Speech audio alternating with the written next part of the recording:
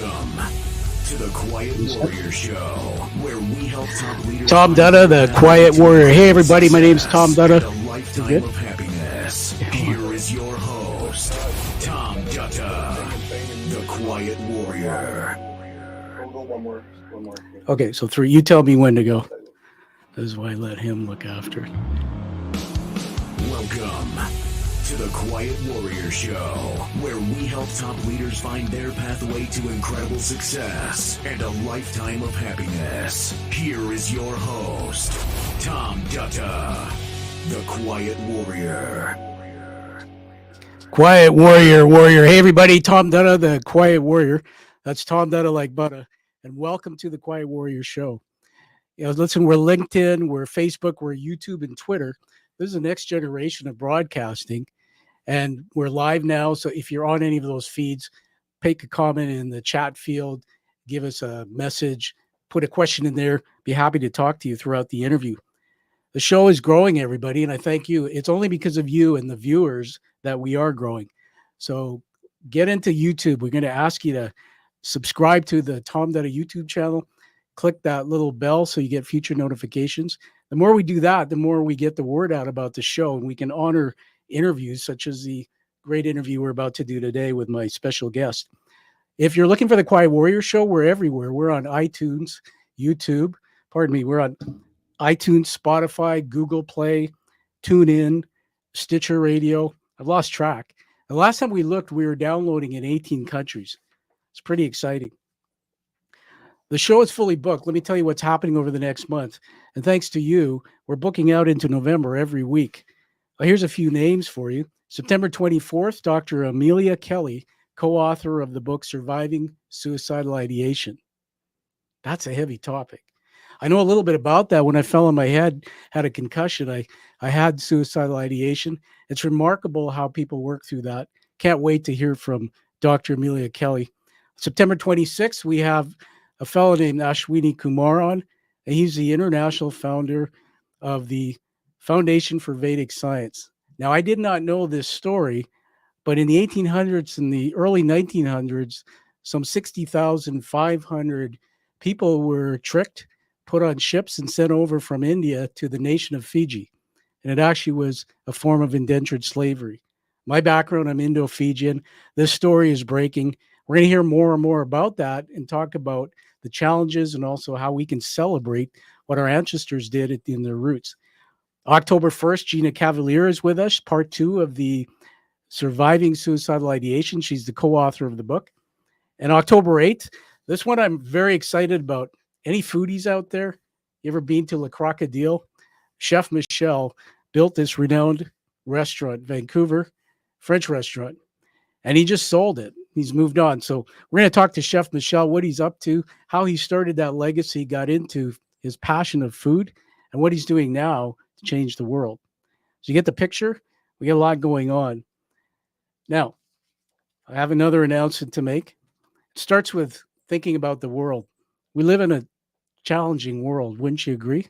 But wouldn't it be cool to bring parents and children together like that in a time where children need nurturing and love, to tell stories, to maybe do something creative?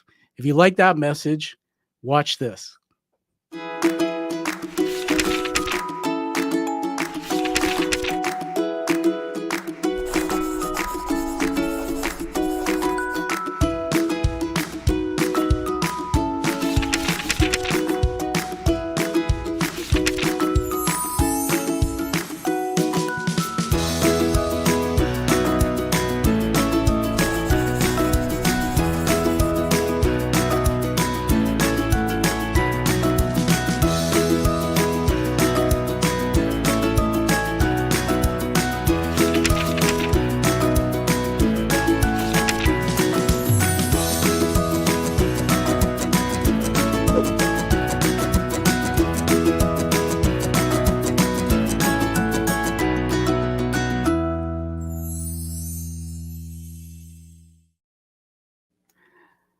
Well, did you like that video?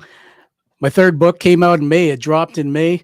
This was an inspiration from my doctoral degree. I'm doing that through London University, and my professor, Kate, The idea behind the book was to create an environment for children to come together who they can color. Parents can tell wonderful stories, pass down information from generations. The book title is called The Talanoa Way, Pet Pal Coloring Stories. The word Talanoa came from my doctoral research. It's a Fijian word, basically means to talk, sit in a circle and tell stories. Pretty fantastic. The last thing I want to tell you about that is we're so excited. We just were notified we've won an International Impact Book Awards. Book's only been out a little bit. And this is for children's education. We ran it in a category, a lot of competitive, very honored. We'll be putting this sticker on the books. And by the way, if you want one of those books autographed by me for your grandchild or a little somebody in your life, connect with me through my website. You can find this book on Amazon. Now that we've got all the announcements out of the way, let's get to the real reason why we're here. I'd like to introduce to you the very special guest I have. Now, usually we'll record the guest bio ahead of time. We'll play it later, kind of fake news kind of thing. Well, this man is so accomplished. We're going to take a minute to tell you about just what he's done in his life. And we'll bring him into the studio. I'm incredibly honored to introduce you to Mr. Mike Harcourt, our guest. Now, Mike was dedicated his life to public service. It's over 25 years, making lasting impacts on the communities across British Columbia and Canada. For those of you who are internationally watching us, we're on the west coast of Canada, British Columbia, the most beautiful place in Canada, in my opinion. Mike started his career by establishing Canada's first storefront law office. I'm sure we'll find out what that's all about. And he set up UBC's legal advice clinic. From there, he was elected as alderman of Vancouver for 4 terms and went on to become the city's 3-term mayor for 1980 to 86. Are you tired just listening to that? This man worked hard. But it didn't stop there. As mayor, Mike was instrumental in shaping Vancouver into one of the world's most livable cities through visionary land use and planning strategies. As his wife likes to say, and I read it in one of his books, if you ask Mike to talk about sustainable strategies, he'll talk to you all day long. But his political career culminated when he served as the 30th Premier of British Columbia from 1991 to 96.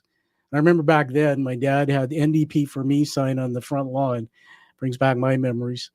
But one thing Mike did, which was remarkable, is he safeguarded more than 12% of BC's land base, creating 500 new protective areas. In 2002, Mike wrote a book, his memoir, and we'll be talking about it. I'm holding up here, Plan B. His life took an unexpected turn with a devastating fall that left him partially paralyzed. But despite that tragedy, Mike's resilience, his determination shone through. And when I read this book, it was like being in the journey, and I think you're going to really enjoy the story today. Since that accident, Mike's become a leading advocate for spinal cord research, quality of life for people with disabilities. In fact, he's worked with Rick Hansen Foundation and done many things, chaired several advisory groups dedicated to improving your lives, through research and collaboration. His lifelong dedication to Aboriginal rights touched my heart. Economic development continues to be part of his lasting legacy. We might actually find out more about what his legacy is when we talk to him today. So now I'd like to bring him on screen. Welcome to the Quiet Warrior Show, Mike Harcourt. Thanks, Tom. Good to be with you. It's great to be with you too. Did you get tired listening to that list of accomplishments? Or did you recall it you was did? A long time to be before the public and involved in public service, which really is what it's all about. Is it's trying to be a servant of the people and help them with solutions to the problems that plague us, whether it's affordable housing or drug addiction and the fentanyl and shortages in the hospital doctors. And so I enjoyed the 25 years and tried to get out, though, at the right time. That's a lot of politicians don't pick the right time. And I decided to get out before the posse got up with me after 24 years and 9 election wins in a row. I thought, don't press your luck, Harcourt. Move on. Well, I like that. And everybody, there's a teaching moment on the show, when to get out. And I remember saying to somebody, when is staying too long, too long? I read somewhere in one of your books, Mike, you said, I think it was the memoir you wrote, we'll get into that a bit. I'm never going back to politics. But it was wrapped around that was something I thought was very inspiring, which is your reason why. So, but Here's what we're going to do today. How many people do you think know the real Mike Harcourt? Know what's below the surface of politics? Do you think the general public has a good sense of who you are as a man? I think they do. I think people know that I'm pretty transparent, pretty straightforward in what I'm talking about and how I express myself. And when I say I'm going to do something, usually I do it. Absolutely. Your track record proves that. So what if we could take you into a place called Plato's Garden? Would you like to go into Plato's Garden and have a conversation? Sure. I studied political science at UBC, and of course the famous dialogue between Plato and Aristotle, and the two different approaches they took, and Socrates, and in political science 200, matter of fact. So I'm glad to come into the garden. Well, I'm already blown away. When I brought this new segment called Plato's Garden into the show, Mike, there's many people who say, what's that? I've heard of Plato. So let me set this up. And again, everybody, you're going to hear some instructional things because we're live peeking in the studio. We'll clean all this up. So Mike, I want to set this up so the audience knows what we're doing here. So we're going to ask my wingman here, the other Mike, Mike, could you just, when I say go, roll the bumper music? Okay, so I'll cue you up on that. Okay, as soon as I say go. All right, 3, 2, 1. What bumper music are you talking about? That's the one with the holding the brain. Oh, the Plato's Garden. Oh, yeah. Yeah, it's just a little video. All right. So what we're going to do, Mike, is we're going to play it's a very short video, which call it the bumper video, setting up Plato's Garden. Then we're going to come back.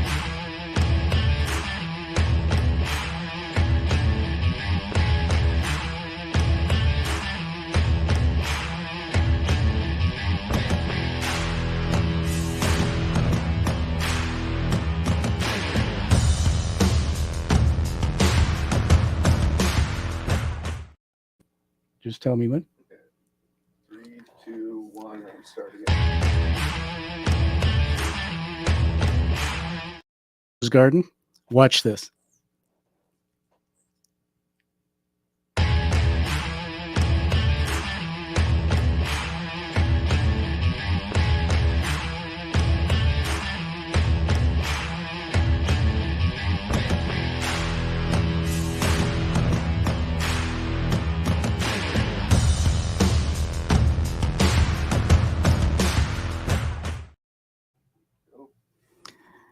Well, welcome back to Plato's Garden. Mike, it's fun to have you here in Plato's Garden. Now, you said just a few minutes ago you knew about Plato and Aristotle. I was sharing with Mike offline here that I'm doing a doctoral degree, Middlesex University in London. And Mike, one of the things that we've learned through that is there's something called criticality or critical thinking.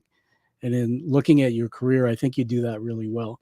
For the sake of the audience, I want to explain this, that we tend to go fast. So when we're in a studio like this and we're, say, a politician like you, a business person like me, we like to talk about one thing. Let's just talk about politics. Let's talk about my passion. But what if we could do critical thinking where we talk about many different areas and connect the dots? Tim Morton wrote a book called The Connectivity of Thought.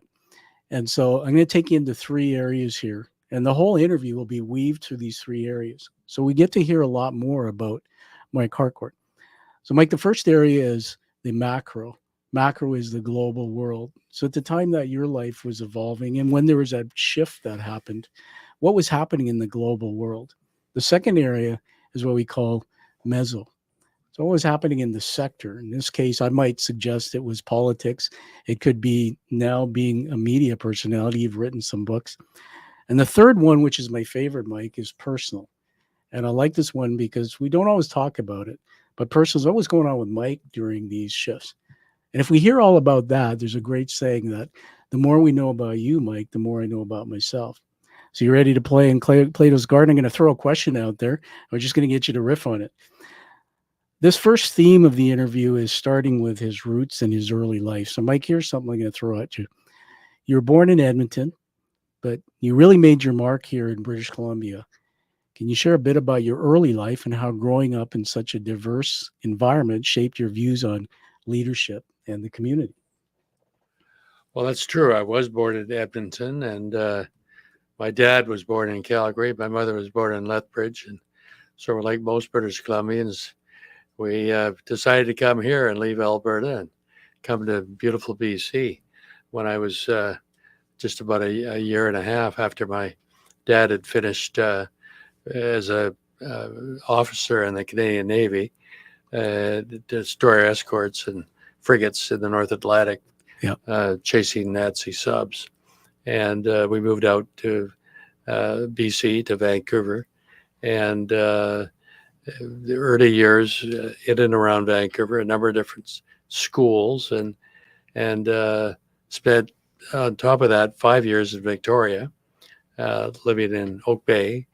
And I went to Willows Elementary and Lansdowne Secondary or middle school, and then Oak Bay High for a bit, and then back to Vancouver. Ended up graduating from Sir Winston Churchill High in South Van, and then out to UBC. And it was basically shaped by, first of all, great parents that didn't lay heavy hand at all. Let me pretty well pick the life that I wanted and do the things I wanted to do, and then basically got out of the way and let me do them.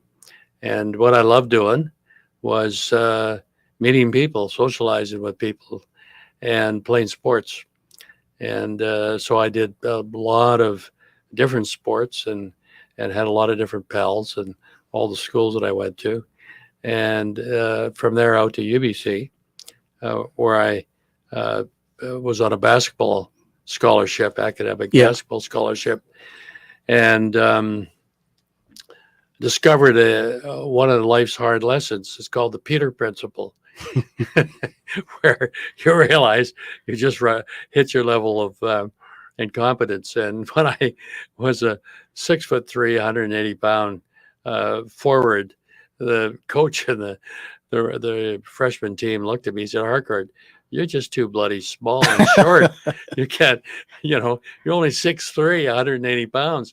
And the guys we're going to be playing down in Western Washington, Seattle University, and that they're 6'8", 240 pounds. They're going to kill you, So either you convert to being a guard or it's time to move on. So I learned that lesson, and then settled down into I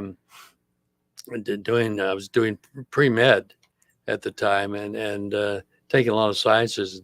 Discovered that maybe that wasn't made for me, and so I switched from pre-med and physics and math and chemistry and biology and that, and from wanting to be a doctor to arts, taking an arts degree, and ended up in political science and English for a BA at UBC.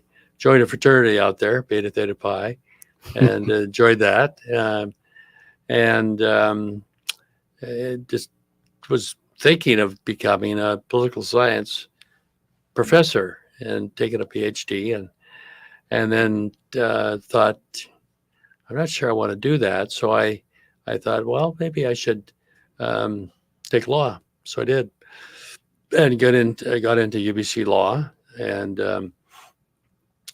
while I was there, I became very interested in the way that the democracy worked and the rule of law worked, and what it was like to in legal philosophy. Yeah.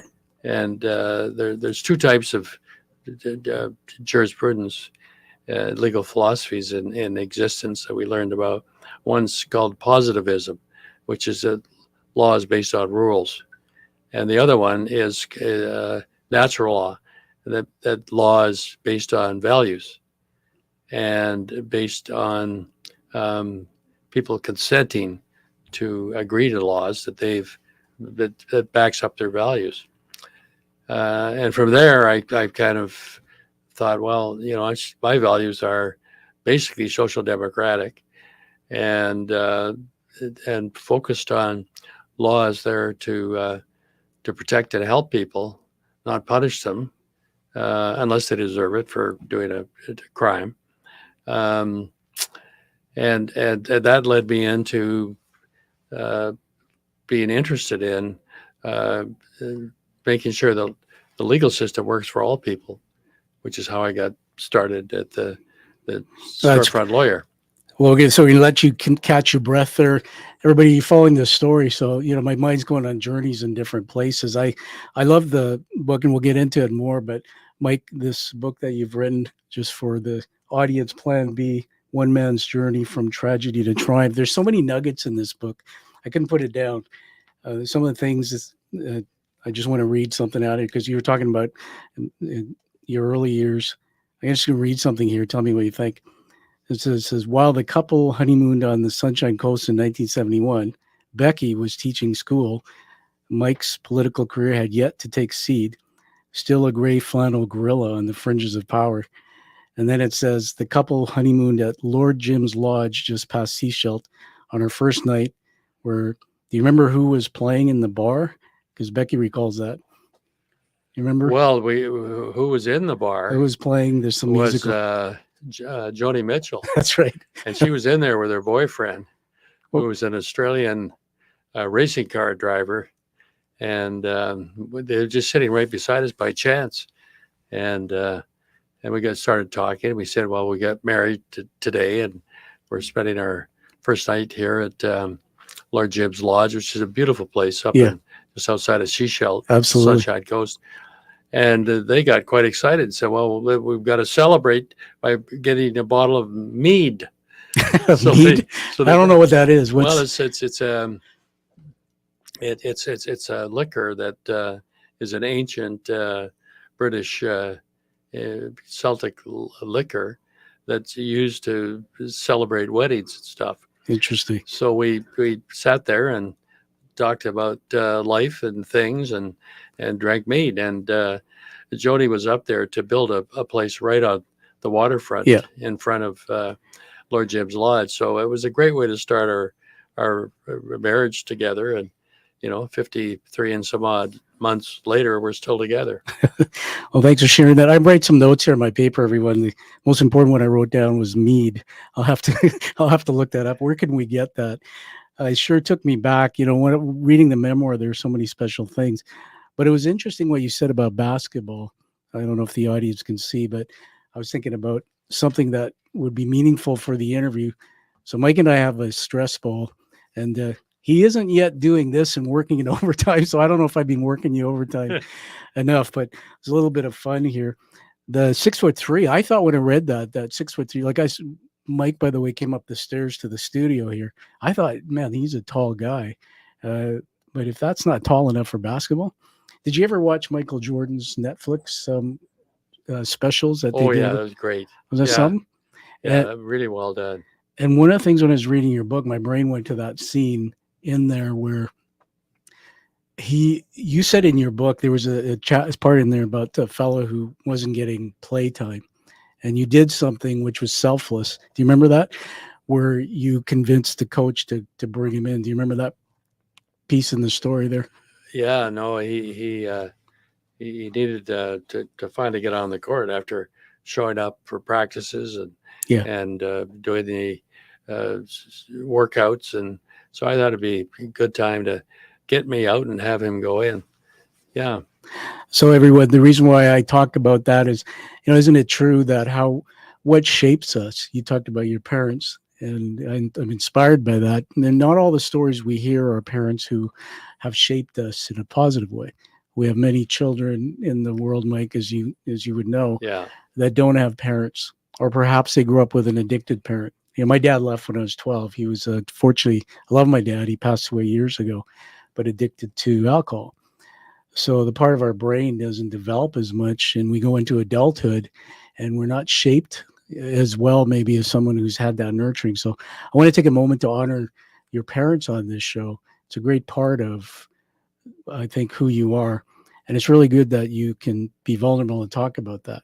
What was behind. I brought Becky up, your wife. I don't know how many years it is now, but as we read the story about your injury, which I'm going to turn to in a moment, there's somebody strong in your life right there, right? And she's wonderful. Yeah, that was the greatest thing that happened to me was by chance meeting her at a friend's birthday party in Kitsilano.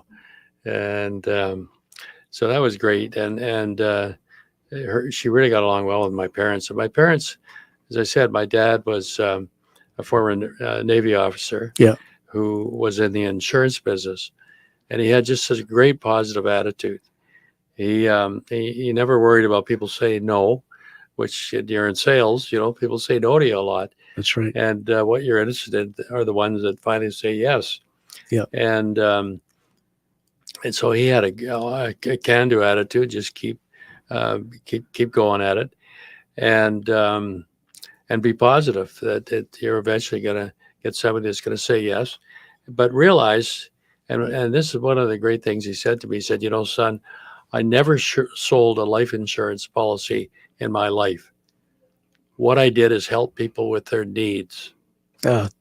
Perfect. Which is what you should be doing in sales, right? Exactly. And so that attitude and that approach, I took into the storefront law office. I'm there to help people with their needs, and poor people desperately need, really good legal advice about their problems with the welfare system, or landlord and tenant, or criminal law, or family problems. And my mother was a very former school teacher who. And you married a school teacher? I married a school teacher, and she was a very staunch United Church Christian, and had a terrific faith that passed on to me basically the social gospel part of the United Church, that we're not just here to deal with our own religious faith and issues, but we're here to improve the community. We're here to apply our values, our Christian values, to improve society, to help people. So I gained some great inspiration and wisdom from the two parents, my mom and dad. They would live quite a while. They lived to my dad to 92 and my mom to 94. And wow, so I hope those genes. I hope we all have those genes. I just thinking about my wife's dad. He was 93. Yeah, I certainly hope I have those genes. So, we're starting to connect the dots and really learn about who you are. That's interesting because the audience might not see it. I don't know, Mike, if they have a shot here, Mike, my camera guy, but I have a copy of the Holy Bible on the table here. What was interesting is when I read your book, Plan B, that faith piece jumped out at me. Because one of the things we have in common, as I was saying to Mike jokingly, that there's going to be two broken guys sitting at the table today. Many of my followers know in 2018, Mike, I fell on my head in a bathtub. Right. I was doing a two-day ride for cancer. It was a freak thing, but it left me with unable to really walk properly, speak, double vision, things like that. And after a couple of years of my life stopping, I ended up night stalking at Costco and just keeping physical, because the doc says, get your butt out there or you're going to slip it further into depression. I said to my wife, Anna, I said, you know what? Can you go buy me a cross? So she bought me a cross, and I started reading the Bible. And so I denied my faith as a kid, but I was baptized a Catholic and I have my Christian values. And that was really interesting. And I appreciated that about your book, because I'm not sure how many politicians or media people will speak about faith. I think it's a foundation. And that takes us into the next part of the conversation, which is getting into your career highlights, achievements, and struggles in politics. So you ready to go there? We're going to get into that a little bit. Yeah, sure. And everyone, I have a book on the table here. So if you see me flipping, it's because not see me being flippant, but see me flipping. I made some things, highlights in this Plan B book that I might relate to here. So here's the next question I'm going to throw on the table, Mike, and then we're going to give a little surprise about your book for you. We're going to call this Achievements and Struggles in Politics. So 1960, storefront lawyer, and then your long political career leading up to leaving politics, resigning in 1995 as premier. The question is, you're instrumental in shaping Vancouver as one of the most livable cities in the world and safeguarding BC's environment, Mike. What was one of the most challenging moments during your time as mayor or premier, and how did you overcome that? Take us through anywhere in that chapter.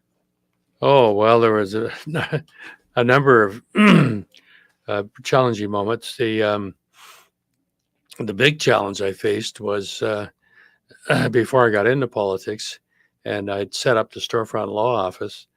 By the way, what is a storefront law office? Well, storefront law office is a law office in a storefront on a commercial area, usually, where people feel friendly, feel welcomed.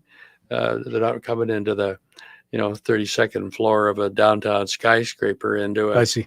expensive, intimidating law office. They're coming into a storefront that's non-intimidating, welcoming, and it's stocked with young law students who are trained in issues that are important to low-income people, like owing debt and dealing with landlords and dealing with government bureaucracies, welfare bureaucracies, employment insurance, and supervised by volunteer lawyers. So I was able to have these set up throughout the city at night, so it's convenient for people to come if they had jobs, and have the law students interview them, but under supervision of over 80 different lawyers who are all colleagues of mine from or from some of the major law firms in town, who felt it was important that they do this. And we finally had a number of offices all over the city. We're doing 10,000 clients a year. Wow. And having a real impact on them. And I was able to take that experience of 10,000 people a year and see the patterns, see which areas were the most prevalent, and the problems in those areas, whether it was being evicted by landlords unfairly without cause, whether it was dealing with arrogant government bureaucrats and or dealing with Do you know any of those? You wouldn't know any of those people, would you? No, unfortunately, I had to deal with them a lot, and or financial institutions that in those days, when somebody couldn't make their payments, instead of sitting down with them and trying to get them to talk, they threatened people with threatening letters, and people would go even more into their shell, and so they didn't talk. So then they'd be sued and garnished. Their wages would be garnished, which immediately usually meant they would be fired from their job. Wow. So everybody lost. So I was able to get those laws, a lot of those laws, into a law reform part of this community law, which is advocating for change to the legal system, which was biased against poor people. That's remarkable.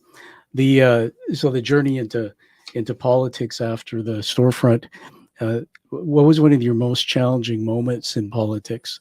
And if I can just cite the book here, because it might lead to that. Everyone, I have it on the table. I'm just going to pick it up. But Mike, just after you left politics, you wrote this book, A Measure of Defiance. Measure of Defiance. Let's get Mike to hold that up, because we want to plug the book so people can find it. But in that book, there was a chapter. There was a reference. I'm just going to go back to my notes here. At the end, the last part of it, I think you said something about I'll never go back into politics, but you had to write that book to move through that part of the career. Right. Just tell us about a transition book. Yeah. That's the way I looked on it is.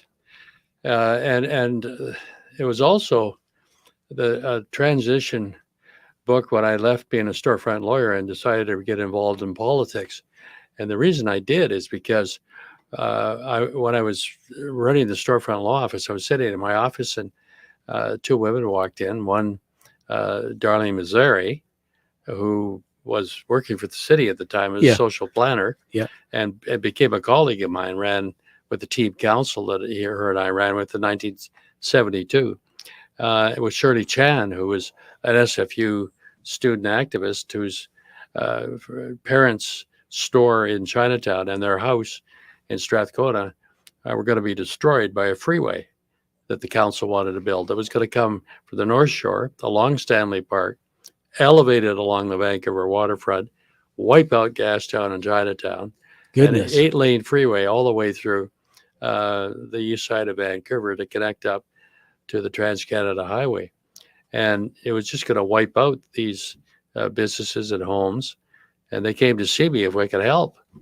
And I did. I was their legal spokesperson and gave them legal advice. And that, when I finally got inside the issue, I realized I was really mad at City Hall. The usual reason that people decide to run, because they're upset about the way they're being governed, or decisions are being made, or the lack of consultation. And so I decided that I got to do something about this. I got involved with TEAM, the Electors Action Movement, which was unprecedented, coming together of people from a variety of political backgrounds and community activists, and a lot of the talent at UBC in the planning school, and urban geographers like Walter Hardwick, who was a brilliant urban geographer who came up with the idea of a livable city and a livable region. And we campaigned on stopping the freeway. It's incredible. And we did. That's incredible. We're the only major city in Canada and the US that doesn't have a major freeway going through it. That's incredible. I was saying to you that my dad had signs in the front yard, NDP for me as a kid when I grew up. And I guess through that part of my life, some of these developments, some of these things that your leadership achieved were quite remarkable. Mike, we went through your bio at the beginning, and there's so many accomplishments. I thought it'd be kind of interesting to share two perspectives just from some of your writings. And don't worry, you're not going to need to pick up the stress ball and work it, because we're not going to get anything too tough. But here's an interesting one from Plan B, Mike, and then you can just give me your thoughts on this. It's almost like bookends. So I wrote here, reason for politics on page 7 in the book. Mike has said that the main reason for entering provincial politics was his commitment to settling treaties with the Aboriginal people, the issues closest to his heart, including sustainable cities, the environment, disability issues, Aboriginal rights, have all benefited from an approach that's profoundly human. And what you just told us is profoundly human. And that comes back to what we've learned so far about you and your roots.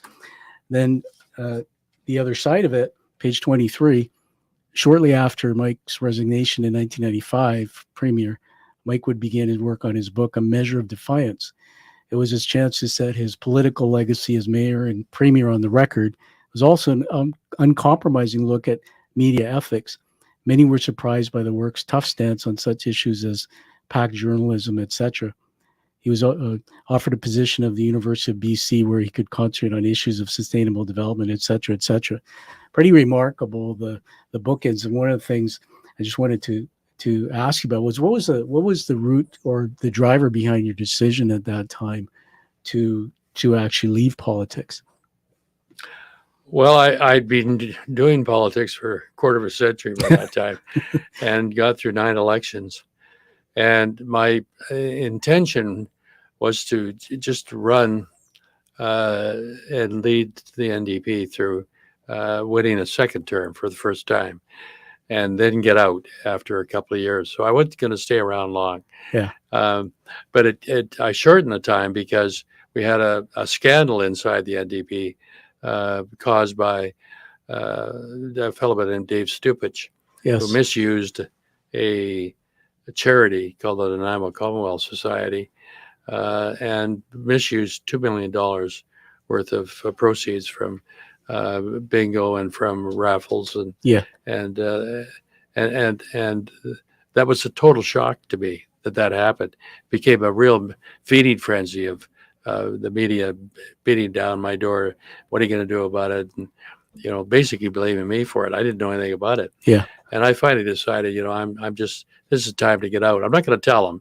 I'm going to get it set up properly so that we can clean it up. The NDP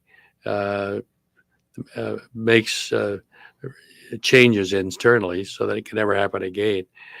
And we'll make legislative changes so that nonprofit societies and this whole gambling area is properly regulated and there's proper oversight. So I got that all set up, and then I announced that I was going to retire. And, that led to Glenn Clark successfully becoming the new leader and successfully winning the election in May of 1996. Yeah, and you left a good foundation. One piece of paper, I just want to pick this up here. We'll edit that out just to commend the book. Everybody, the book, where I'm with Mike Harcourt here, former Premier of British Columbia, 25-year career in politics, incredible stories. Again, the book, Mike Harcourt, A Measure of Defiance. One of the book reviews that stood out for me that was actually published by Daniel Gothrop. That's the last part of it that really touched my heart. So I want to read this out to acknowledge you, Mike. It says, A Measure of Defiance was inspired as much by a sense of injustice surrounding Harcourt's resignation as by any pride he may have felt for his many achievements. The fact he released his book within a year of leaving office, while events surrounding his departure remained fresh, suggests that he was a man of honor to set the record straight. And then it goes on to say, nonetheless, the Harcourt and co-author Wayne Skeen have produced the most constructive, well-written, self-critical, humorous book of memoirs yet written by a former premier of BC. I just want to acknowledge that and commend you on this book. They say that the buck's at the top and leaders take accountability. And so what we've heard from you and after reading through this is that, you took accountability. And that's something that doesn't happen. As a CEO myself, who's come from industry, sometimes there are leaders who, even if that wasn't your issue, who won't deal with it, will sweep it under the rug, trying to find blame. That's not what you did. And you had the courage to go and write a book to set the record straight. The last thing I want to ask you about that before we move on to the next part of the story is something I'm struggling with in my doctoral work. And that is, Mike, your opinion on how do people, let's talk about the mainstream and the social media. There's a proliferation of information out there. So, for example, somebody can say something and media will put a narrative out on that mainstream. But today, the next generations, they're all watching YouTube and Twitter, which is now known as X, etc. So you find all these other people who are putting information out before even the mainstream can talk about the facts. Then you find that a story will be put out and there can be misinformation or disinformation where, let's just say we'll take something that someone said and we'll remove a few words and then we'll put that out as a narrative. And then my daughter, who's 27 years old, and I'm bringing this all together at a point, just graduated from university. She doesn't watch mainstream, but she looks at social media. Right. And so the struggle is how does one today in this world distinguish between opinion and fact? Because there's so many people out there, as you know, and that's why I love this book, who will put an opinion out there, but it's not based on fact. So not based on evidence. So what's your advice to the next generations, the 20-somethings, the 30, who are really the leaders of the next world? When it comes to media, how do we determine, the truth, fact from opinion? Any strategies? Well, I think that's really a key point, Tom, and it's learning to think critically. That's what education should be about. Yeah, is not memorizing a whole bunch of stuff that you're going to forget. It's learning how to think and how to think correctly, how to sift out what's fact from fiction, what's the best evidence, who do you trust, who don't you trust. Absolutely. And so I see that as why a good education system is really key, and a good public education system, so that every child, every young person has an opportunity to learn to think critically and to work together in teams and solve problems. So that to me is one of the key lessons that I picked up is don't just take it for granted what you read. For example, this idiotic statement by Donald Trump that he read somewhere that the Haitian cats and the dogs in Springfield are killing people's pets and dogs and eating them, and he pathetically said he's basing it on the fact that he read somewhere that somebody had heard from a friend that was happening. No evidence whatsoever. So being able to think critically and say, well, that really is not true. So my advice to young people is learn to think independently. Realize that a lot of the information you're getting on the internet and podcasts and sites are just made up. They're not true. They're not based on facts. They're not based on good evidence. They're not based on people being credible. They're in a lot of cases people just saying what's in their minds that could be fiction, just totally not true whatsoever. So you have to independently exercise your own judgment and think critically. It's so insightful. Everybody, teaching moments here on the show with Mike Harcourt. Mike, it's such a blessing, what you just said. And I want to go back to what you said about the education system. Until I started doing some work with my doctoral and researching, I didn't realize, and everybody, this is just a little tip. You can go into Google and search Google Scholar. And the word Google Scholar will bring up another search engine. And you can put keywords in there. Like, for example, you can put media or discourse. And you get lots and lots of PDFs and articles. These are cited research-based literature. So that, what Mike said, taught us a lot. Mike, my thing is, after struggling with this for years, especially with the work I'm doing to understand, because I'm in the media space, is I come down to, for me, a simple thing, which might be too simple, but that is my gut. So if somebody says something in the news or the media, and it just doesn't feel right in my gut, I'm not going to be apathetic, which sadly in Canada, a lot of our voters, they don't do that extra step of research and digging. But I'm going to dig, I'm going to research. And I know to a lot of you out there, you don't know how to do that, but do a search on Google Scholar. Pick up a book on a topic and read it, and talk to your fellow Canadians and learn. The last thing I'll say on this, team, Mike, is really interesting, because I saw a politician do a speech. We'll get into the details of the speech. And then I watched the news and I saw the mainstream's reporting on it. And my gut said, wait, there's something wrong here. The reporting was completely different from actually what the actual speech was. What the politician said and what the narrative was left out some stuff. Yeah. So what I did, knowing this, what you've just taught us, is I decided to go and do some research. So I started doing my own research and found the truth. I found the actual speech, etc. So thank you very much for that. It's great teaching. And on that note, we want to acknowledge and honor you with a book review. So this is another segment. We're going to edit this in, everybody. But are you ready to get excited and have a little fun with a book review here? Sure. All right, everybody. So I'm going to ask my wingman in the studio here. We're going to get Mike to hold up this book, Plan B. Mike, just hold it up to the camera and read the title of it. Just read out loud. It's Plan B, One Man's Journey from Tragedy to Triumph.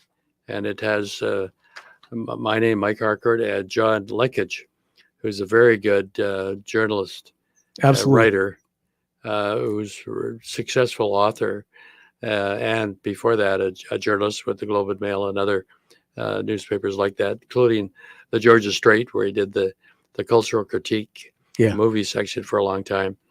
And he helped me put my words into really good, readable shape. Yeah. And I enjoyed writing it with him.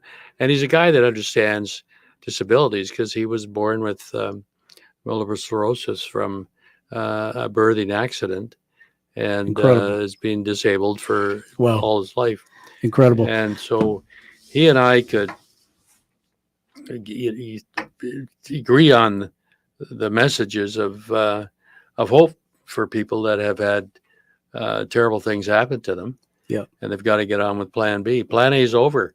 Exactly. Get over it. Now you got to get on with Plan B, or you stay stuck in Plan E, which is Plan A, which is poor me. Look at me. Life is terrible. And you're stuck there, and you're going to lead a miserable life. So you just got to accept the fact that bad things happen to good people, and you got to make some adjustments, and that's recreate a new life for yourself called Plan B. Well, that's remarkable. Everybody, teaching moments just from what you heard there. Come back, watch the show, play it back, show your children. There's one thing that stood out was the resilience. So I'm revealing now on the show for the first time. I'm a published author, but I do book reviews. And I just want to tell the audience, Mike, I think you know this, that author's work's not known. The only time our work is known is if somebody reads our book and they post a review. They tell somebody about it. And so I've written you a review, and I'd like to read it out loud for the sake of the interview. And I'll gift it to you. It's already on Amazon. So if you can bear with me, it'll take a minute. Mm-hmm. Go ahead. This was posted September 17th, yesterday, my daughter's birthday, by the way, posted on Amazon.ca. I titled the review, A Raw, Inspiring Journey of Resilience and Recovery. Must read. So here we go, Mike. Mike Harcourt's Plan B initially grabbed me and didn't let go. The hard-hitting storytelling pulls you into the jagged edges of his life-altering accident. His fall from a deck into the ocean, a moment that changed everything. Mike's account is gripping, and the way his co-author, John Lakich, brings those moments to life is masterful. What struck me most, Mike, was the human side of a man many only know as a political figure. We seldom get such an intimate window into the personal struggles of public figures. But here, we get to see Mike's persona fully. His humor, resilience, and grit shine through every page. It was incredibly heartwarming to read about his wife, who I called Betty, who I know now is Becky. Becky, who became the heroine of this story, and we'll dedicate the show today, I think, to her too. And your son, Justin. I have a son named Justin. The difference is yours has an E and mine is an I. Right. Who throughout the book, by the way, Mike, there's comments from Justin that just tear me up. How he spoke about you as pride and how he spoke about you as a father. Something I never really did much with my own dad because he was a different kind of guy. And his son, Justin, whose love and care for his father were inspiring. Having faced my life-changing brain injury myself, Mike's journey gave me a deep perspective on overcoming adversity with positivity, love, and the power of staying connected to those around us.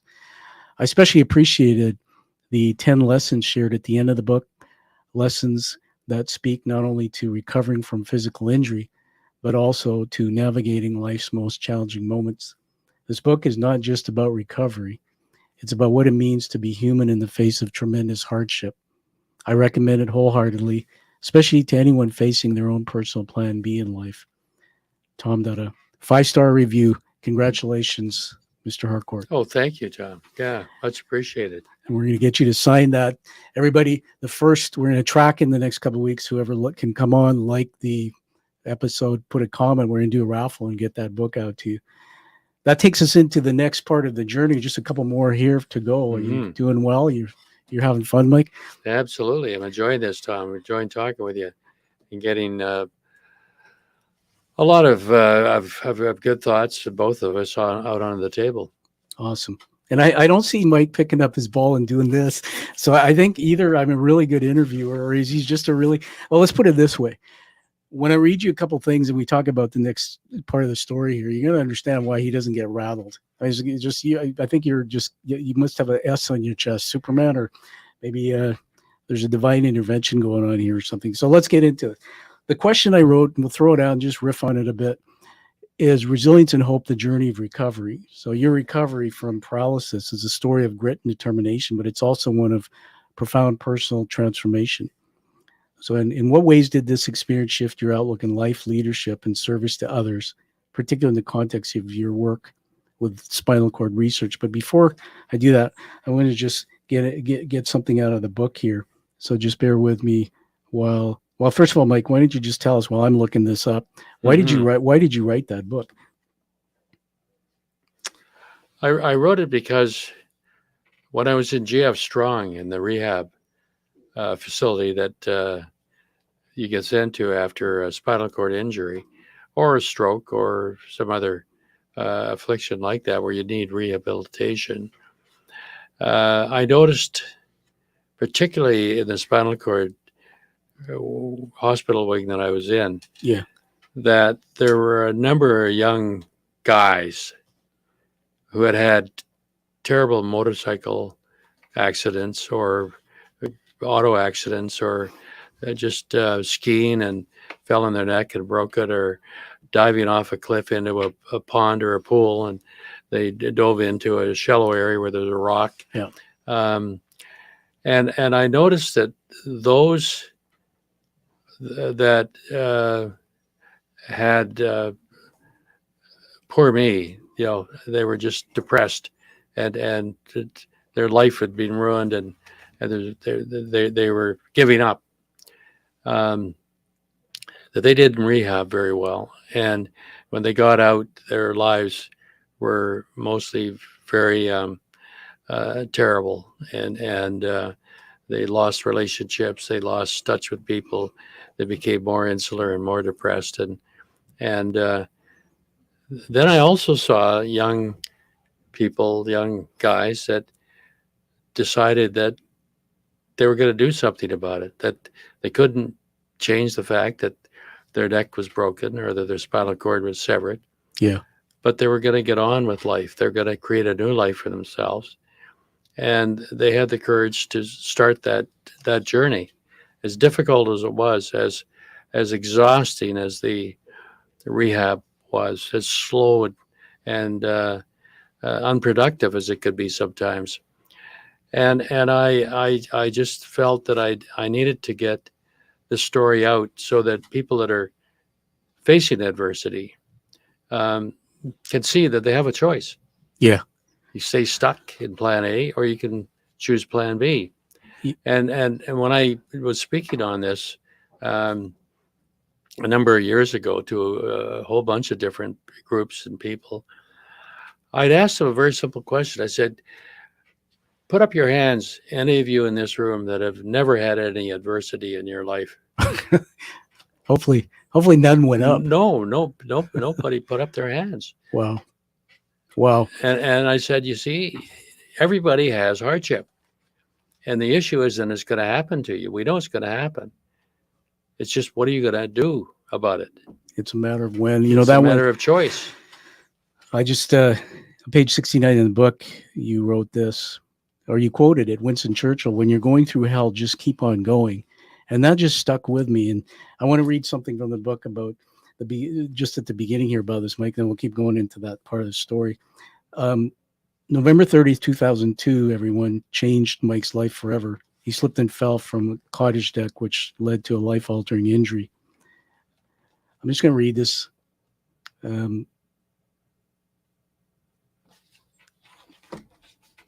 me just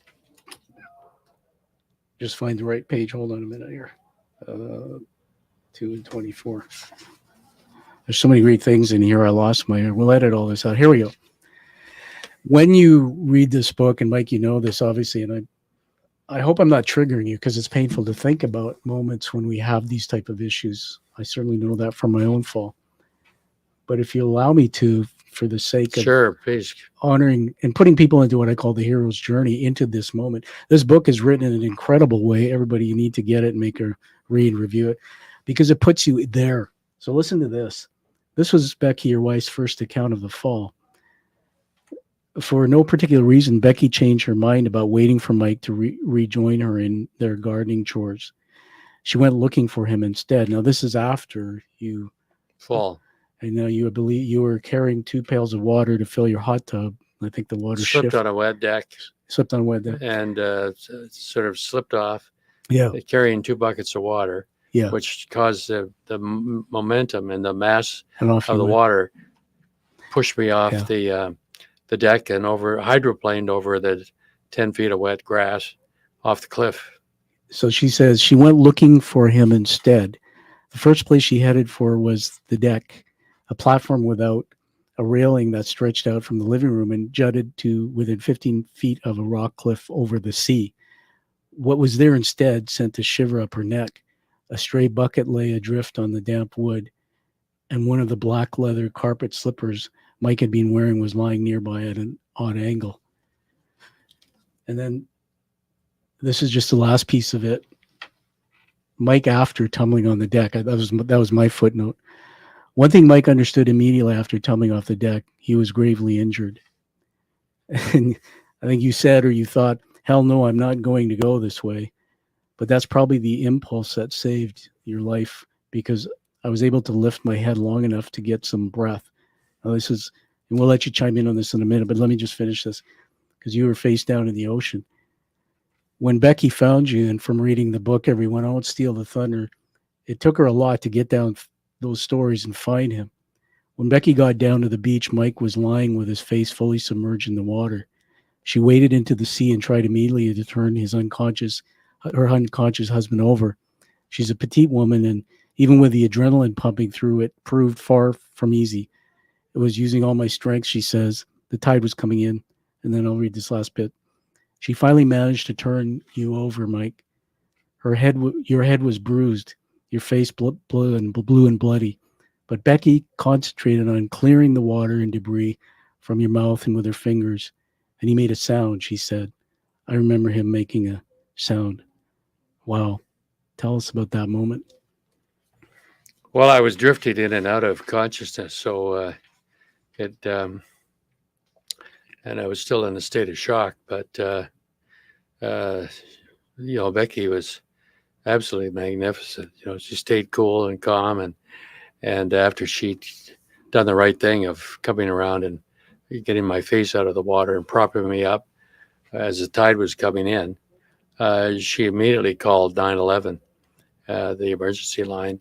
And it really was almost miraculous how everything kind of happened to keep me alive, because it so happened that the 911 line she called for Bender, the police or the fire and ambulance emergency crews were all having a training session at the major fire hall. Wow. And so they were all there. They were able to come immediately, about 12 minutes from our house, down and deal with my my problem and stabilize my neck and put me on a platform and then have me picked up and taken to the island clinic. Yeah. Where there just happened to be the experienced doctor on hand, and Dr. Don Williams, That's who was right. a really experienced guy who happened to have the right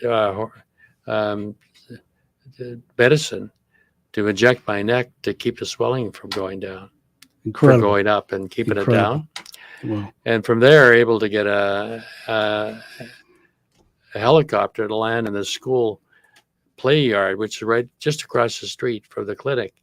So I could be immediately put in the helicopter and taken to Vancouver to VGH, where they have one of the top 3 spinal cord surgeons just happened to be on duty that night, Dr. Marcel Dvorak, and his team. Yeah. And so they were available to operate on me. So all that kind of just happened quite miraculously. Well, Mike, thank you for sharing that. I mean, the word miraculous, and I'm a faith-based guy, but honestly, there's a higher power there. And I really believe this is part of the hero's journey narrative of story that,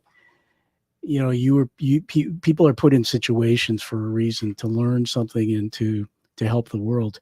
And I think all the work you did, from the storefront lawyer through politics to that moment, we might look at that and say, how could this happen to a brilliant and kind guy like Mike?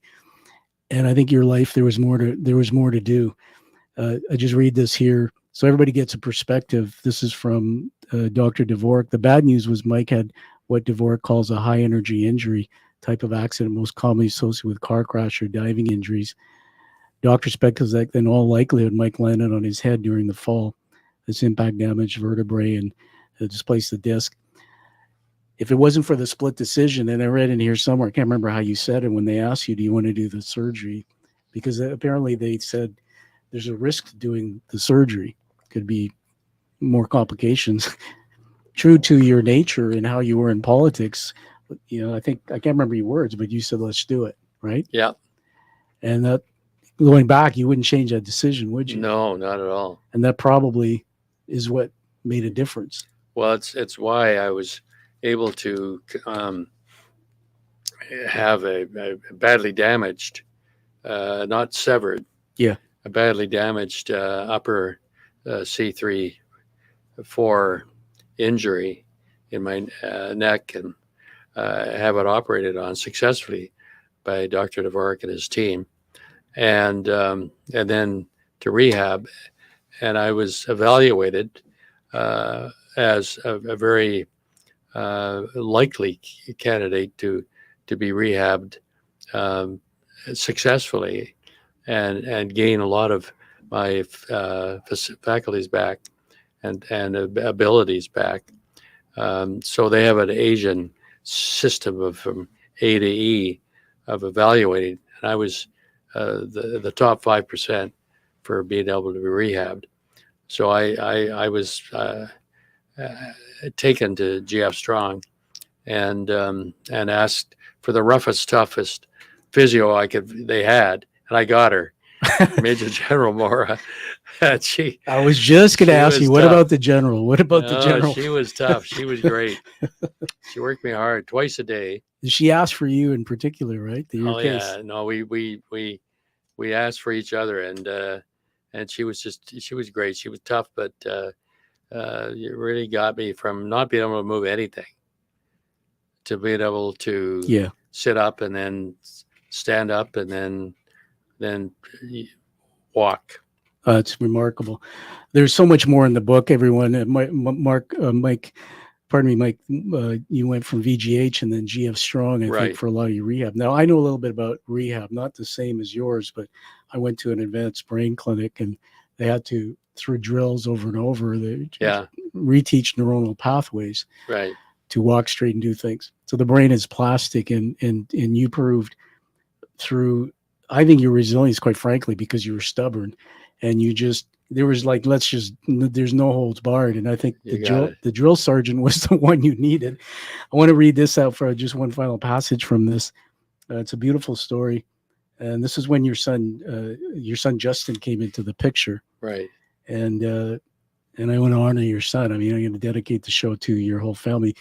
22-year-old Justin Harcourt was in an upbeat mood. He called his parents' North Pender Island number on Sunday, December 1st from Stockholm, intending to tell his mom and dad what a great time he was having. I think he was starting some school soon, London School of Economics. He was backpacking in Europe with a friend. The trip was intended to serve as a break before he started his graduate studies in urban planning. When no one answered at the cottage, Justin phoned the family's Vancouver number. It was around 9 a.m. Becky was at home waiting for her son's regular call. He said, I quote, "I knew immediately that something was wrong. It was just the tone of my mom's voice."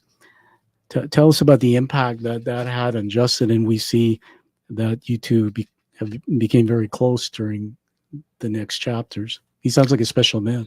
He is. He's a wonderful young guy now, 44, and he's a young guy. I was 22. He was just getting ready to finish up his master's at the London School of Economics and Urban Design and Planning, and he was just traveling, and he immediately flew home and helped Becky get me settled in and settle down and into the post rehab mode. And he came to help me leave GF Strong, and I left earlier than the team that the rehab doctor I had. Yeah, she and the rehab physios and the social worker and the psychologist and the whole team. They sat me down after they'd analyzed me in early January and said, "Mike, you're going to come out of here in a wheelchair in 6 months."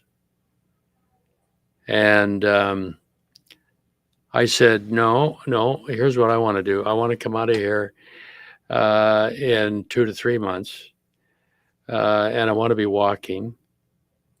And I need to do that because I'm playing in a golf tournament in June. So I got to be up and about and be able to swing a golf club by then. So let's work our way back from now to the end of February and get me out of here walking by the end of February. That's incredible. And we did. I mean, I walked. I had Justin holding me and helping me. You did. It's with canes. Yeah, it's in the book. Yeah, they actually describe that in the book. Everyone about your partners.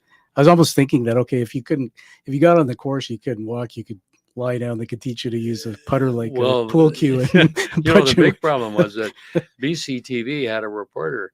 Yeah, we were playing in Kamloops at the Dunes golf course up there, and the reporter was a good guy, Alan Edwards. He showed up with a camera at the first tee, so I was swinging on TV, and everybody watching me swing for the first time. I'm going, oh, I better I like to see that replay. Better be okay.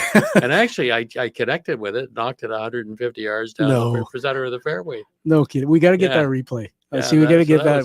That was. I went, phew. That worked out okay. Let's bring this chapter of the story to close, and we got one more segment for you. I'm having a lot of fun with you here, Mike. Thanks for letting us do that, by the way. That's glad to, Tom. Glad to. You might see it on the table, but I bring everywhere I go my friend Mr. Brain, and everybody, this is a life size brain. I bought it and started studying it with my own recovery, but you have the brain, then you have the brainstem, which connects to the spinal cord. So you can get a sense just what the implications were with what you heard happen to Mike.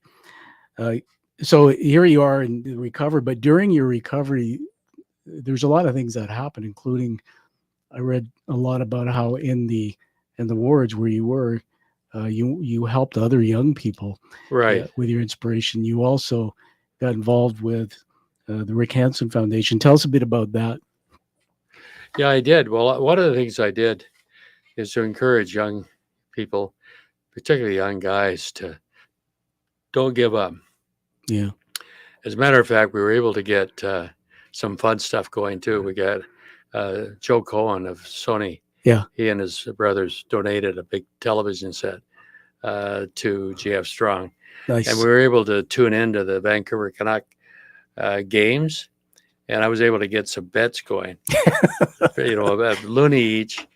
And I was the bookie. I was the guy collecting all the loonies from not just the patients but the staff too. And we'd all be in there, cheering on the Canucks and people wondering whether they were going to collect either 2-1 Canuck bet or 5-1 Edmonton or whatever it was. And somebody said to me, "Gee, that's illegal. You could be charged for that." I said, "No. I'm an old criminal defense lawyer, and it's not illegal what I'm doing because I'm not making any money out of it. I'm doing it voluntarily. So no crime committed." From Bingo Gate to Canuck Gate. That could have been another fake news scandal for sure. That's hilarious. It's in the book, and I kind of smiled at that one. I've never really been a betting man. But you know what's interesting on a serious note? There was a post out from a young Canuck player just the other day who said he couldn't get back and come to practice because he was diagnosed with testicular cancer. Right. And so you think about all these stories, and we don't even know them, but they're out there. Mm-hmm. And so the things that you're doing to inspire through your story, I think we need to have more people tell their stories. Rick Hansen Foundation. How can people? Oh, Rick's just a wonderful human being. I mean, he and Terry Fox are British Columbians that have had a huge impact. Terry on cancer research.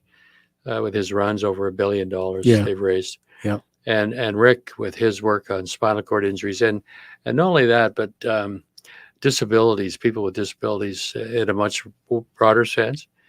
And Rick and I are working on a project now to have the provincial government bring in funding for everybody with disabilities that makes sure that they have access to services throughout the province.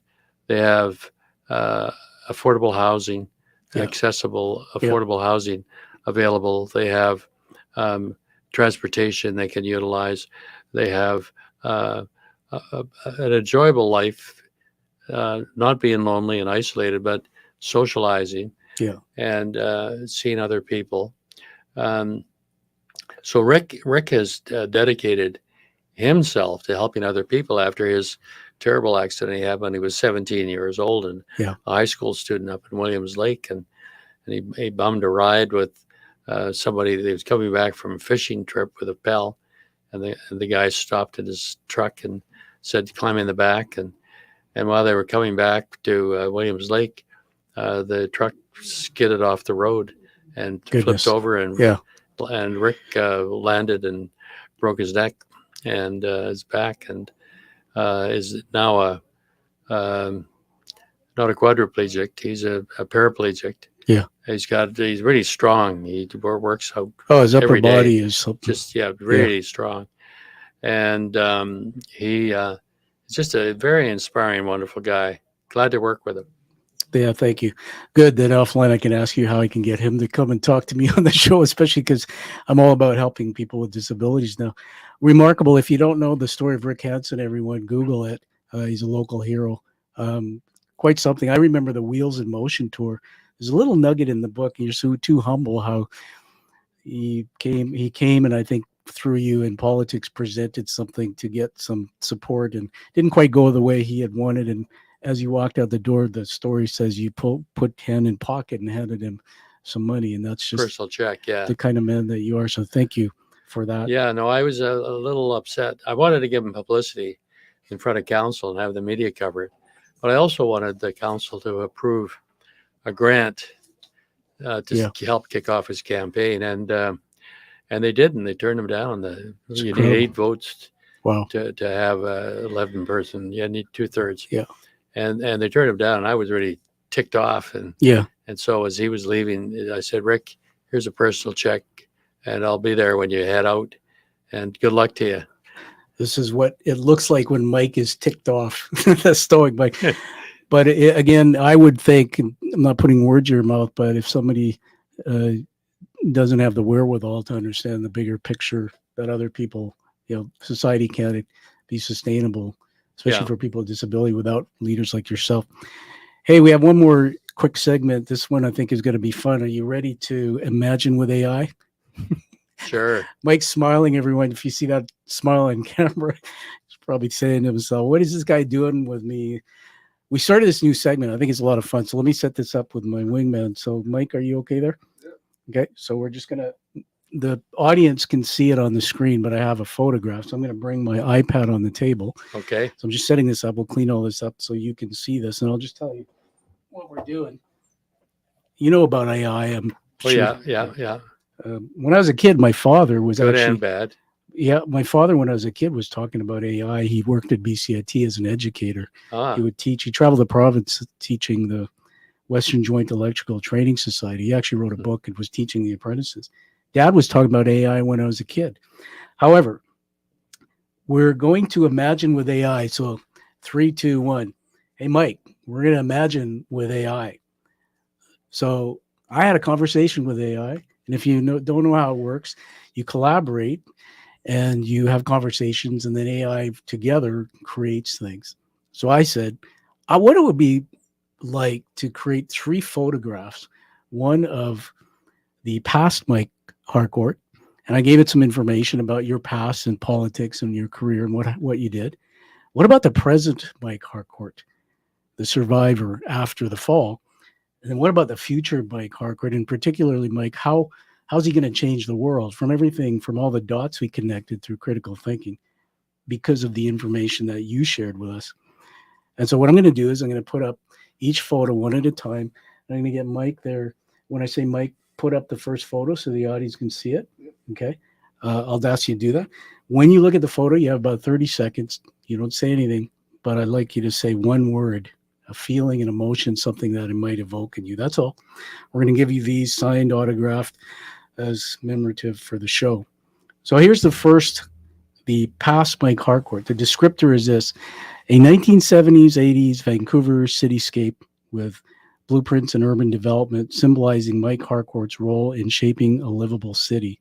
The scene conveys optimism, progress, and the importance of urban planning and environmental policy. Mike, take a look at that, and just when you're ready, one word. Emotion, feeling, thought.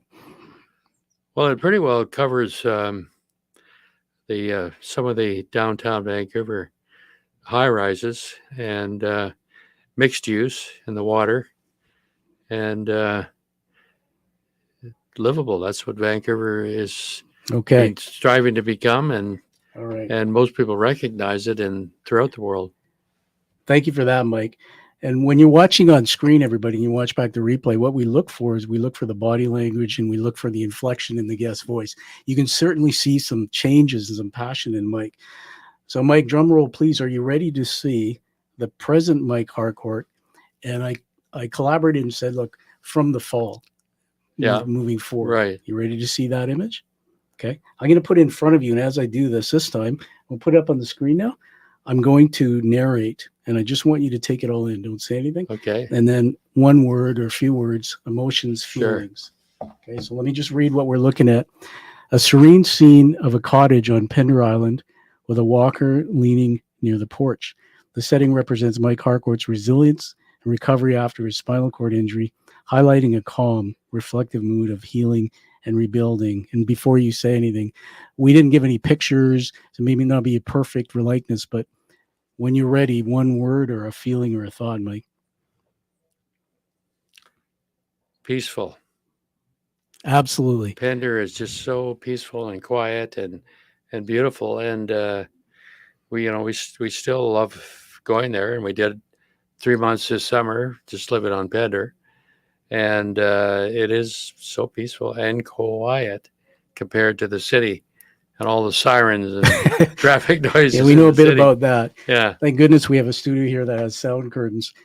Thank you for that. Now, are you ready for the third and final image? Sure. Everybody imagining with AI, this one we're going to put up on the screen right now. Let me just find it on my iPad. Okay. So before I put this out in front of you, we said that based on everything that we know about Mike, I fed AI some information. Sustainable cities, resilience, policy guide, focus on policy, making the planet better, et cetera, et cetera. And you might even see a thread of Aboriginal rights or something in there, and disabilities. So drum roll. All right. I'm going to read this out, so don't say anything yet. Just take it all in. Mm-hmm. This is a picture of a futuristic city with eco-friendly buildings, indigenous designs, wheelchair access infrastructure. The scene reflects Mike Harcourt's vision for sustainable, inclusive urban development, where accessibility and respect for indigenous rights are integral. Go.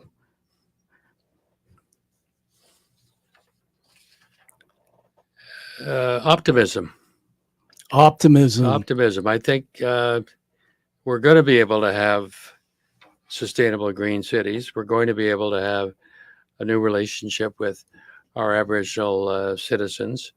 And we're going to be able to have those cities be accessible to people with disabilities.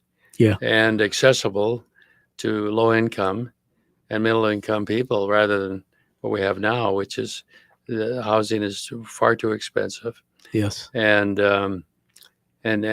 people's incomes aren't enough to afford their rent or be able to afford to own a place. But I think we can resolve that. And that's one of the reasons why I'm still active in politics and on public issues. Well, thank you for that. You're active in a lot, Mike. So we'll put in the show notes when we produce a show, things like Rick Hansen Foundation, things that are meaningful to you so people can know about that. It's incredible. I don't know if you can do it to Mike in the studio here, but can you flash those three pictures across?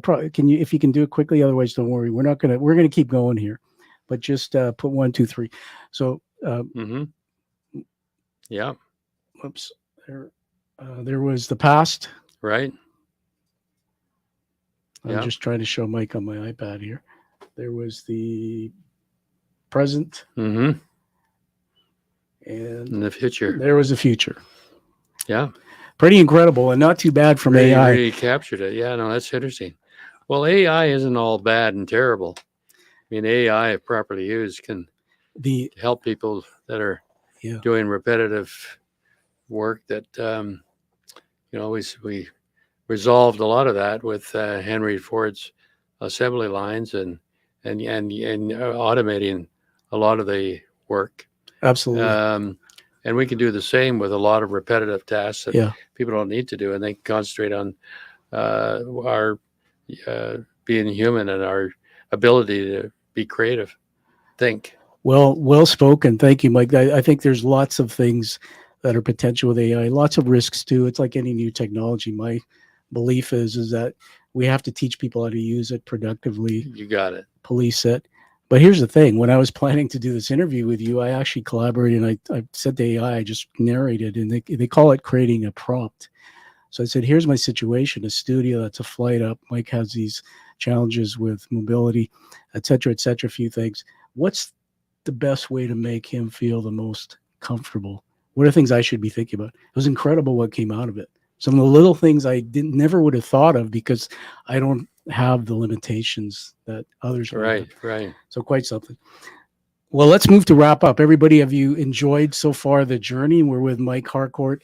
We took him on a journey to Plato's Garden, talking about his roots in early life, achievement struggles in politics, from public service to personal injury, the journey of recovery. This is my favorite, resilience and hope. And finally, he did a great job, Mike, in connecting the dots, macro, meso, micro. And those who come into podcast studios, particularly high leaders, come in with their egos and they just want to talk about their favorite thing. You blew the doors off the interview, in my opinion. So let's finish with this. I'm going to make a statement, then just read something and let you comment. Sure. Last word. Today, you're involved in shaping communities. You're a self-described recovering politician with the wisdom of hindsight. You look ahead at the future. And so you wrote at the end of your book, and again, Plan B, everyone, I encourage you to get it, read it, and write a review for Mike. You wrote 10 lessons. And so we don't have time for all 10, but I'm going to throw out my favorite 4 and then just ask you to riff on it. Tell us what you wrote. So at the end of the book, Mike said 10 lessons. Number 1, life is a precious, fragile gift. Number 4, the right attitude towards adversity is essential. Number 8, the need to stay engaged. And number 10, the importance of love, family, and friends. Go. Well, they're all part of the 10 lessons that I've picked up in life, and life is precious and fragile, and you never know when you are going to lose it, what's going to happen to you, and so enjoy every day and give thanks for it. Oh. So that's lesson number 1, and the right attitude is being thankful and positive. And one of the ways to be active is to be engaged in your community, because people that are just me, and the heck with anybody else, I think they lead stunted lives. Yeah. By not being engaged in their greater community, and the importance of love, family, and friends. What would life be like if you didn't share love with your family and your friends, and them share it with you too? And that's why life is precious and fragile, and you have to work at those friendships and those relationships. Absolutely. And good luck to you all. Good luck to y'all. A little bit of the Albertan coming out there. That's just wonderful. I sent Mike a meme, texted him a picture. And now in the book, I learned that somebody put you in front of Eckhart Tolle's work. And I don't know if you remember, recently he came to town. Eckhart Tolle filled the convention center. My wife and I went, and it was remarkable. You could hear a pin drop, and there must have been 20,000 people there. Right. The thing about his work, The Power of Now, you talked about the fact that really helped you staying in the now. And I think I sent you a meme that I found to tease you a bit. I think he said, giving love is when you can see yourself in somebody else. And I just want to say that from me to you and your whole family, I love you and your family. I can see things in myself now in a different way, and I'm a better man because of this conversation. And I know that it's going to touch many. So we have an induction and a quick award for you. You thought you were finished, but not quite. And before you go, I do want you to start squeezing that stress ball so that I think I kicked your butt a little bit in the interview. He's so stoic. You're so calm. That's like nerves of steel. That's just awesome. So let me finish with this. When I interview, I write down 4 leadership words. Mm-hmm. I don't script it, that come to mind when you're talking. I didn't write them down, but I'm just going to take them out of my head. The first one is resilience, clearly from your story. The second one is leadership. An egoless leader is the best kind of leader, and a leader who surrounds themselves with people better than them. And that's what you've done. The third, which we just talked about, was love. It comes out of you, but the fact that you came here, Mike, to do this with me, despite everything in your busy schedule. But since I've met Mike, everyone, he's never looked down on me Sometimes I've said, I have vision and a bit of latency with some things from my concussion. He's always treated me like the most important person in the room. You do that so well. It's littered in the books, comments from other people about that. A part of you in politics, I don't think people really got to know, including I would have liked to have seen that Dodge Dart you drove around the province in your first year. And the first one is give you the word. They say the difference between knowledge and wisdom is time. So wisdom. Those are my 4 leadership words. I honor you, and we're going to now induct you into what's called the Quiet Warrior community.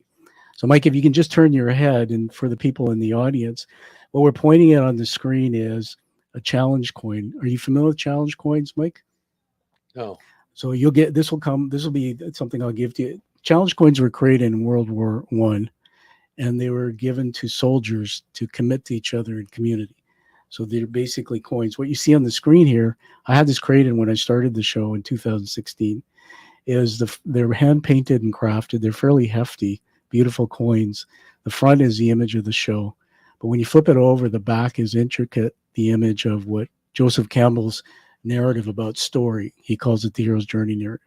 They're absolutely unbiased, but they're beautiful. We've given these out now there's 290 of them in the world and 8 billion people. I remember saying to myself, I want an award for the 1% in society who come, reveal their story, their dark story, their good story, and prove to us through their work, Mike, that they've done something with that to make the world a better place. So I welcome you to the Quiet Warrior community. We have the award here in a card. Thank you very much. Congratulations, Mike. Tom, thank you.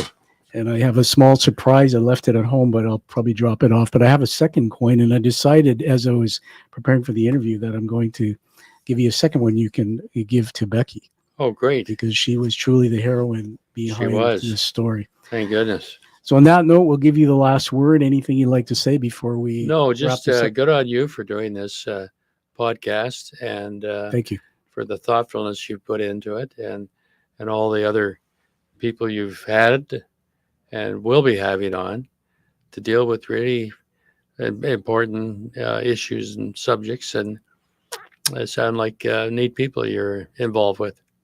Oh, that's great. Thank you very much. I received that praise with honor. And everybody, like you've heard from Mike and so much we've talked about, find that true passion that you have, find the true purpose in your life, and live life the way you deserve and desire. And we'll see you all again on the Quiet Warrior Show. Thank you very much, Mike, and you have an awesome day ahead. Thank you. I'll sign these books now, Tom. Okay, very good. So we can get that tape roll. I'm gonna get a pen for you to sign that. Is this one there? I'll give you this one. It might be a bit better. Okay. There you are. Okay. So as you're doing that, he's playing our outro music so they can't hear us. Thank you for listening to the Quiet Warrior Show. Create is a motive-based leadership development firm. www.create.ca.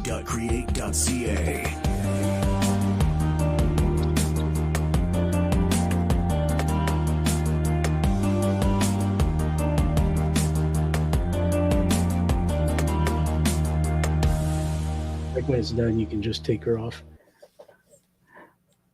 Did you get the Create jingle?